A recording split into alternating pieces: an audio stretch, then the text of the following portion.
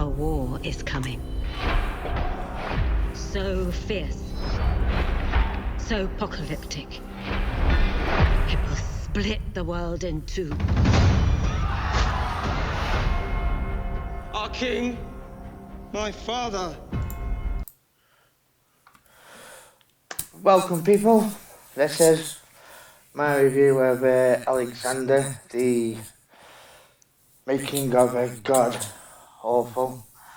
Watched the entire series now, and I'm going to start with some pros because there are some pros. Mainly, it is much better than Queen Cleopatra.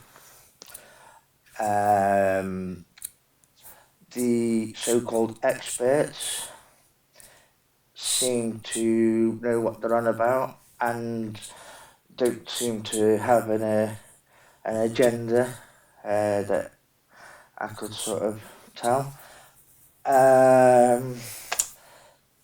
Identity politics, yeah, the race and gender swapping and all that business that they like to do. I'm glad to say that is not present here, for the most part anyway, as far as I can tell. And the costume, the armour, and so to speak, is quite actually authentic to the time. Some of the weapons as well, not all, but some. So, yeah, they are the positives. Now for the negatories. First of all, as you just heard that first bit of my video there, the trailer, why Netflix keep putting these like monologues at the beginning of all this sort of stuff, like David Cleopatra, she bowed to no man, and Alexander, he conquered the world, and all men trembled before him, and give it a rest, come on, you're just bigging it up to be for disappointment, basically. But yeah, so we get through the opening monologue and that what, right? And then we're introduced to Alexander, and we all know he had a male lover, close friend, or whatever. But we're introduced to him, and the kissing and the snogging, and kissing down and kissing his nipples, and it went on for, I actually found it repulsive. There was no need, just no need for it. No need whatsoever. He could have done it. It was just very tasteless, and it went on far too long. It almost put me off watching it altogether. So, yeah, Alexander, right, and then, lost my trail of thought now. That was the one, yeah. So Alexander, this legendary figure, the guy who conquered the known world at the time, and like the actor, I mean, I don't know if it was the direction he was given, but he came across quite boring, and he had no charisma, no sort of, I don't know, no pizzazz or anything. I always imagined Alexander as being this larger than life character, someone who, I suppose, a bit of a narcissist, bit of an ego, a bit flamboyant,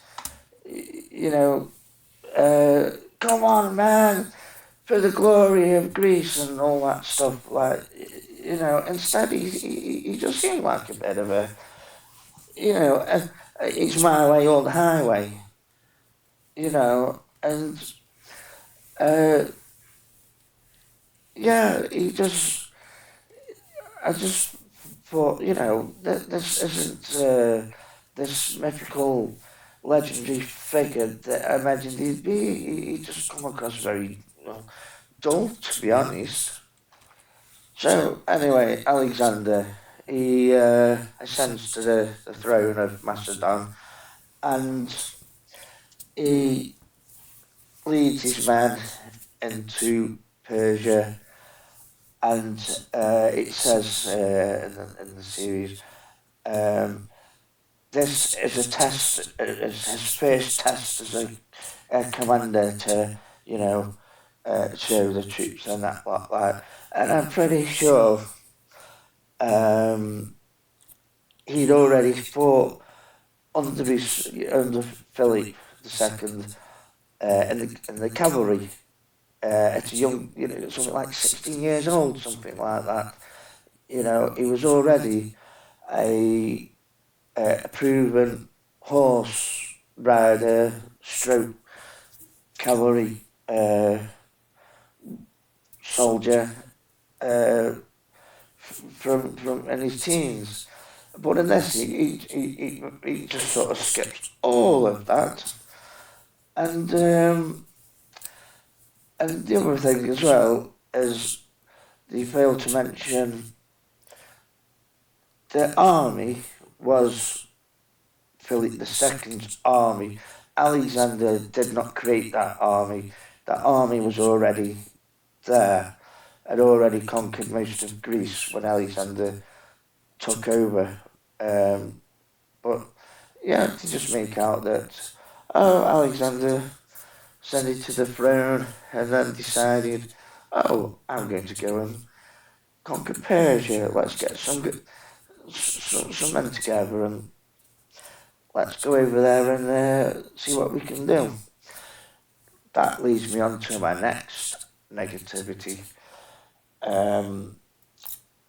When they show you the battle and the Macedonian phalanx, you know, it was famous for that reason, the Macedonian phalanx. That's why we call it that. That's why the Greeks used that system of warfare for hundreds of years, excuse me, you know, where they would line up in ranks with the long spears, the sarissa or whatever it was, you know, obviously the hop-on shield. That the idea was to form up the shield and protect the guy next to them, and then the spears would protrude forward, you know, like 20 foot or something, and the guy next to him is shielded then, and so on, and then the guys behind would have their shield pushing up against you, and they'd have their spear sticking out. So, and then once they were all formed up, you would basically march towards the enemy, you know, like and steamroll them like a wall of spears. And on top of that, which they didn't show either, which would have been a nice little touch, is also the sling. The guys with the slings, you know, they'd be there in front, maybe, of the phalanx, certainly on the sides, on the